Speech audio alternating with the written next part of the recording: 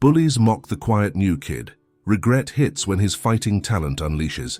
Joshua Carter hunched his shoulders as he navigated the crowded hallways of Westridge High School. At 15, he was shorter than most boys his age, with a soft, round face that still carried the baby fat he couldn't seem to shed no matter how many miles he ran. His oversized hoodie, a deliberate choice to hide his slightly pudgy frame, hung from his shoulders like a shield. It was his third week at Westridge, and already he'd mapped out the danger zones. The main hallway between third and fourth period, the back corner of the cafeteria, where he'd tried to eat alone that first day, the boys' locker room before gym class, all places where he'd encountered Jackson Reeves and his two sidekicks, Drew Mahoney and Tyler Wilcox. Jackson stood 6 feet tall with the broad shoulders of a linebacker and the smirking confidence of someone who'd never faced consequences for his actions. His dark hair was always perfectly styled, his designer clothes marking him as one of the wealthy elite at Westridge. Drew and Tyler weren't much different, just slightly smaller echoes of their leader, eager to laugh at whatever Jackson found amusing. And lately, that amusement was Joshua. "Just keep your head down," Joshua whispered to himself as he slipped into his advanced physics class. "Just get through the day." The irony wasn't lost on him. Back in San Francisco, before his father's job transfer had uprooted their lives, Joshua had never needed to hide. For 6 years, he'd trained 5 days a week at the Golden Gate Muay Thai Academy, earning his black praegyard under Master Somchai. He'd competed in junior tournaments up and down the West Coast. He still had the trophies packed away in boxes he hadn't bothered to unpack. But here in this new town, his mother's words echoed in his ears. A fresh start, Joshua. A chance to focus on academics instead of fighting. She'd never fully approved of his martial arts training, only allowing it because his father had insisted it would teach discipline. Now, with his father working longer hours at the new job, she'd put her foot down. No looking for a new dojo until his grades proved he could balance both. So Joshua kept his head down, excelled in his classes, and tried to ignore the growing target on his back. "Hey, Carter! Carter, I'm talking to you." Joshua's shoulders tensed at Jackson's voice booming across the cafeteria. He kept his eyes on his sandwich, pretending not to hear. Heavy footsteps approached, and suddenly his tray slid sideways as Jackson dropped into the seat across from him. Drew and Tyler flanked him, standing with crossed arms. "It's rude to ignore people," Jackson said, his voice carrying just enough for nearby tables to hear. Students glanced over, then quickly away. Nobody wanted. Jackson's attention diverted to them. "Sorry," Joshua muttered. "Didn't hear you." "Bullshit." Jackson reached across and plucked a cookie from Joshua's tray. "Your mom's still packing your lunch? That's adorable." Joshua said nothing, his eyes fixed on the table. "We've got a project in world history," Jackson continued, his tone deceptively casual. "Partners, me and you." Joshua looked up then, surprised. "Mr. Benson assigned partners?" Jackson's smile didn't reach his eyes. "No, but you're going to ask to be my partner, and then you're going to do the whole thing, and make sure it's A+. Work because I need to keep my GPA up for football." Joshua hesitated. "I don't think—" "No, you don't think." Jackson cut him off. "That's the point. I think for you now." He leaned closer.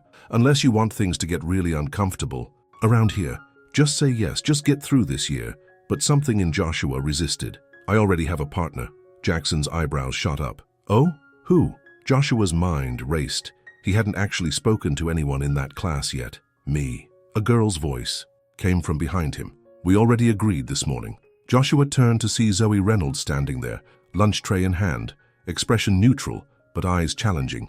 With her galaxy-patterned backpack, array of ear piercings, and perpetually paint-stained fingers, she wasn't someone Joshua had expected to come to his rescue. Jackson's eyes narrowed. "Whatever. Your loss, Carter. Could have been friends." He stood, swiping Joshua's apple as he did. "Come on, guys." As they walked away, Zoe slid into the seat beside Joshua. "You can thank me by actually being my partner. I'm not getting stuck with Madison and her, 'I'll do the poster if you do all the research routine again.'" Joshua blinked. "Thanks, but why?" Zoe shrugged, opening her milk carton. "Jackson's a jerk, and you looked like you were about to either cry or explode." She tilted her head. "You're in my physics class too, right? You know all the answers but never raise your hand." Joshua felt heat rising to his cheeks. "I just like to understand things." "Well, understand this. Jackson doesn't let go easily. He'll find another way to make your life hell." She took a bite of her sandwich. "What did you do to get on his radar anyway?" Joshua thought back to his first day when he'd accidentally bumped into Jackson in the hallway. He'd apologized immediately, but Jackson had seemed offended by his very existence. "Existed? I guess. Zoe nodded sagely. That'll do it. He needs someone to feel superior to.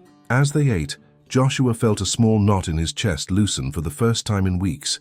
Maybe he could make it through this year after all. The reprieve was short-lived. 2 days later, Joshua was changing for gym class when his locker slammed shut, nearly catching his fingers. "Heard you blew me off for weird art, girl," Jackson said, leaning against the lockers.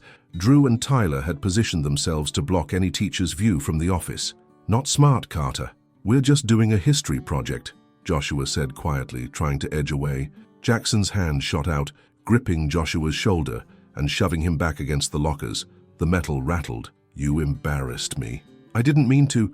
"Doesn't matter what you meant." Jackson's fingers dug in harder. "What matters is what you're going to do to make it up to me." Joshua's heart pounded. Half-formed Muay Thai counters flashed through his mind. A simple clinch break, an elbow strike, even a sweep to put Jackson on the ground. His muscles twitched with muscle memory. "No, Mum will be furious. New school, new record. Colleges look at disciplinary records." "Let go," Joshua said instead, his voice barely audible. "Make me," Jackson taunted, shoving him again. Coach Briggs's whistle saved him. 2 minutes till roll call, gentlemen." Jackson released him with a final shove. "This isn't over," he whispered. Then louder, "Hurry up, Tubby. Don't want to be late." Drew and Tyler snickered as they followed Jackson out. Joshua leaned against the locker, breathing hard, shame burning through him. 6 tournaments, 12 matches. He'd faced opponents who hit harder than Jackson could dream of, yet here he was, taking it. Just get through the year. The incidents escalated over the next 2 weeks. A trip in the hallway that sent Joshua sprawling, his books scattering across the floor while laughter erupted around him. His backpack disappearing during lunch, only to be found in a toilet in the second-floor bathroom. Whispers and snickers. That followed him through the halls. "You need to tell someone," Zoe insisted as they worked on their history project in the library. "A teacher, the principal." Joshua shook his head. "That just makes it worse." "Worse than this?" She gestured to his notebook, where someone had scrawled, "Fat loser," across his careful notes. "What are you so afraid of?" "I'm afraid of what I'll do if I finally snap." But he just shrugged and turned to a clean page. The breaking point came on a rainy Thursday afternoon. Joshua had stayed late to finish a chemistry lab, and the school hallways were nearly empty when he headed for his locker. He was mentally calculating how much of his weekend would be consumed by homework when a familiar voice called out, "There he is, our favorite punching bag." Jackson, Drew, and Tyler emerged from the stairwell. Something about their posture set off alarm bells in Joshua's head. This wasn't the usual hallway harassment.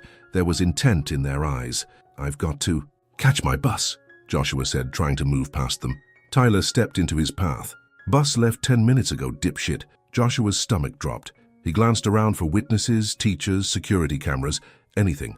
But this particular hallway intersection was a notorious blind spot in the school's surveillance system. Jackson moved closer. "You know what's funny, Carter? I looked you up online, tried to find some embarrassing social media to share, but instead I found something else." His eyes gleamed. "Tournament results. Little Joshua Carter from San Francisco. Quite the fighter." "Huh?" Ice washed through Joshua's veins. "That was a long time ago." "Not that long," Jackson countered. "So what's the deal? You're some kind of karate kid who's too scared to use his moves?" "It's Muay Thai," Joshua corrected before he could stop himself. "Different discipline." "Ho-ho, different discipline," Jackson mocked in a sing-song voice. "Well then, Jackie Chan, why don't you show us some moves?"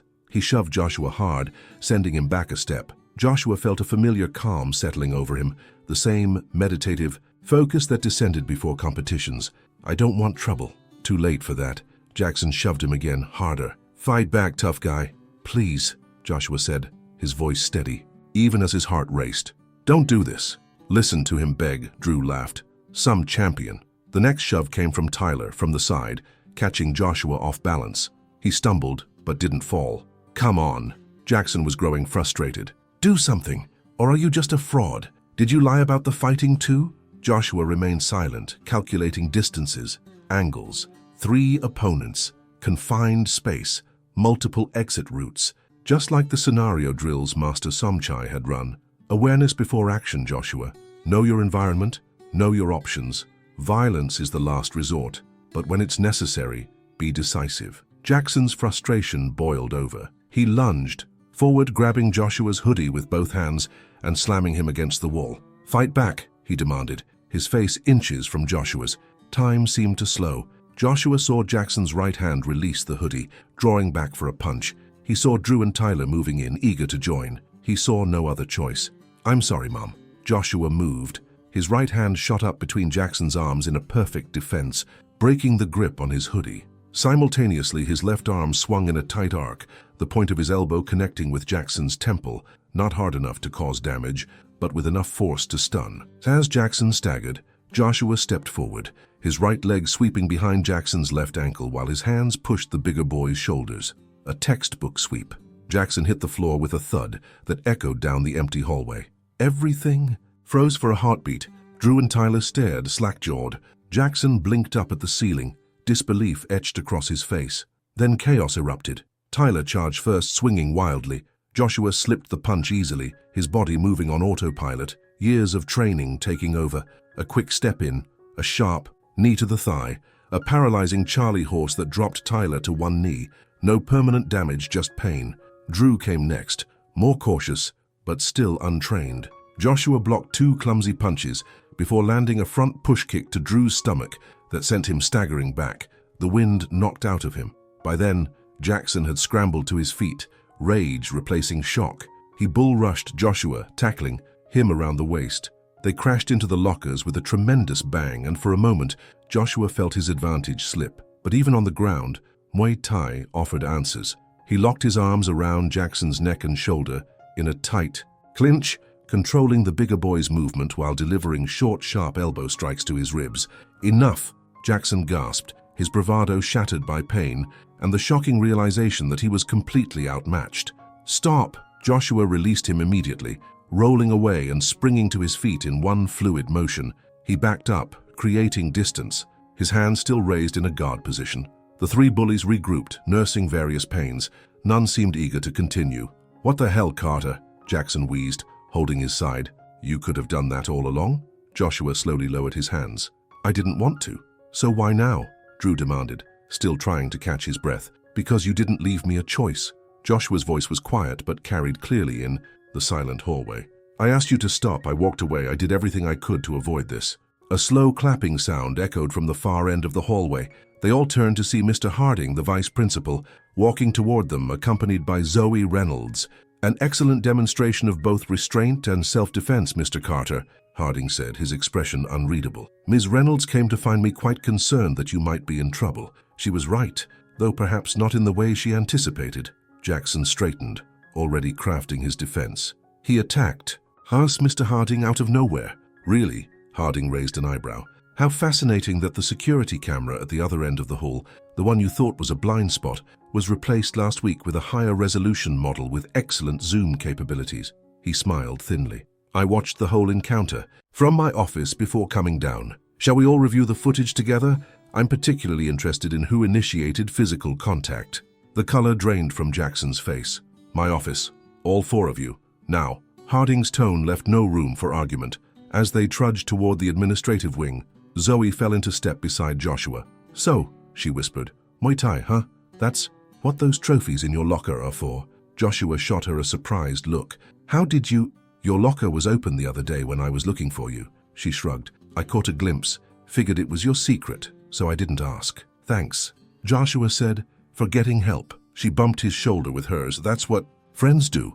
The aftermath was surprisingly anticlimactic. The security footage showed clear evidence of Jackson, Drew, and Tyler instigating the confrontation. It also showed, as Mr. Harding put it, remarkable restraint on Mr. Carter's part, using only the force necessary to defend himself. Jackson and his friends received 2 weeks of suspension and a semester of detention. Joshua, despite acting in self-defense, was given 3 days of after-school reflection sessions with the guidance counselor, not as punishment, but to discuss the experience and appropriate responses to bullying. His mother was furious, then proud, then furious again, then finally resigned. "I suppose I can't expect you to let yourself be beaten up," she'd said after a long conversation with Mr. Harding. "But I wish there had been another way." "I tried all the other ways first," Joshua had replied quietly. His father, when he finally got home from work that night, had simply clapped him on the shoulder. "Stood your ground, huh? Good man." By Monday, when Joshua returned to school, the story had spread like wildfire. The quiet, chubby new kid was actually some kind of martial arts expert who had taken down 3 bullies single-handedly, like all school rumors. The tale grew with each retelling until some versions had Joshua performing flying kicks and sending Jackson through a window. The reality was far more mundane. Jackson and his friends avoided Joshua entirely when they returned from suspension. They didn't apologize, Joshua hadn't expected them to, but they gave him a wide berth in the hallways. The constant fear that had knotted Joshua's stomach for weeks finally dissipated. Other things changed too. People who had never spoken to him suddenly found reasons to strike up conversations. He was invited to sit at different lunch tables. A sophomore on the wrestling team even asked if he'd consider joining them for training sessions. "You're popular now," Zoe observed one day as they walked to physics. "How does it feel?" Joshua considered the question. "Weird," he finally admitted. "I'm still the same person I was before." "No," Zoe disagreed. "You're not. Before you were hiding. Now you're just you." Joshua realized she was right. He walked differently now, shoulders back, head up, the way he moved when entering the ring. He'd stopped wearing oversized hoodies every day. He'd even mentioned to his mother that he'd like to look for a local dojo to continue his training. The most surprising change came 3 weeks after the incident, when Joshua was leaving the library after school. Jackson was waiting in the hallway alone, leaning against the wall. Joshua tensed automatically, but Jackson held up his hands in a gesture of peace. "Can we talk?" Jackson asked, his usual arrogance notably absent. "Just talk." Warily, Joshua nodded. "Coach says I might lose my starting position," Jackson said without preamble. "My ribs are still sore, can't tackle properly." There was no accusation in his tone, just statement of fact. "They'll heal," Joshua replied. Jackson nodded. "Yeah, but that's not—" He trailed off, seeming to struggle with his words. "Look, my dad saw the video, the security footage. He wasn't happy." Joshua said nothing, waiting. "He said I embarrassed the family name, that I was a coward for ganging up on someone smaller." Jackson's jaw tightened. "Said if I wanted to learn to fight, I should do it properly, like you." Understanding dawned. "You want me to teach you?" Jackson's face flushed. "No, I mean, not exactly. I just—" "Where did you train?" "Before in San Francisco. Golden Gate Muay Thai Academy." "Is there somewhere like that here?" Jackson asked, his eyes fixed on a point over Joshua's shoulder. Joshua considered telling him no, sending him away. It would be easy, justified even. But he thought of Master Somchai's teachings about respect, about growth, about the true purpose of martial arts. "I don't know yet," Joshua admitted. "I'm looking for a place myself, but when I find one, I could let you know." Surprise flickered across Jackson's face, followed by something that might have been grudging respect. "Why would you do that after what I did?" Joshua shrugged. "A good teacher once told me that Muay Thai isn't about fighting, it's about becoming a better version of yourself." Jackson absorbed this, then gave a short nod. "Okay, let me know, I guess." He turned to leave, then paused. "For what it's worth, I was a jerk. You didn't deserve that crap." It wasn't quite an apology, but it was more than Joshua had expected. "Clean slate," he offered. Jackson looked back, surprise evident. Then the ghost of a smile touched his lips. "Clean slate," he agreed and walked away. As Joshua watched him go, he felt a sense of closure. He couldn't change the past weeks, but he could choose how to move forward. Not as victim, not as a bully, but as himself, a person who knew his own strength and when to use it. That evening, as he helped his mother prepare dinner, Joshua broached the subject he'd been avoiding. "I found a Muay Thai academy about 20 minutes from here. The instructor trained in Thailand just like Master Somchai." His mother's hands stilled on the cutting board. "Joshua, I maintained a 4.0 GPA, even with all the bullying stress," he pressed. "And I've shown I only use it when absolutely necessary." She sighed, then turned to study her son. What she saw must have satisfied her, because her expression softened. "Twice a week, not 5 days like before. School comes first." Joshua grinned, feeling lighter than he had in months.